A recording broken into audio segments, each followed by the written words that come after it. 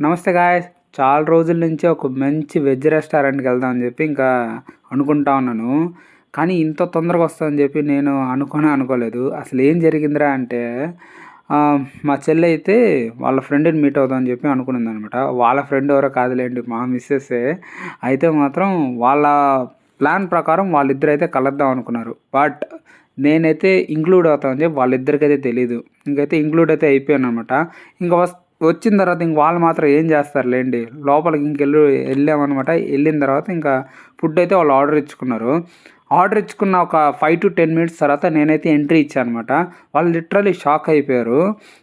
అయితే మాత్రం వాళ్ళైతే ఫుడ్ అయితే ఏం ఆర్డర్ ఇచ్చుకున్నారంటే paneer fried rice, paneer Manchurian dry అనమాట.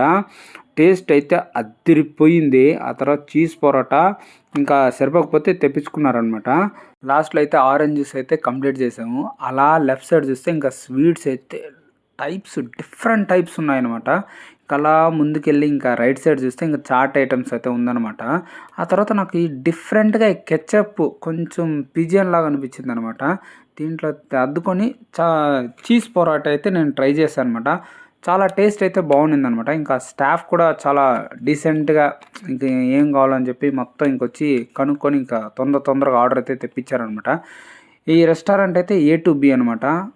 అడియార్ ఆంధ్ర భవన్. ఇంకా లోపల యాంబియన్స్ అయితే అద్దిరిపోయినాయి.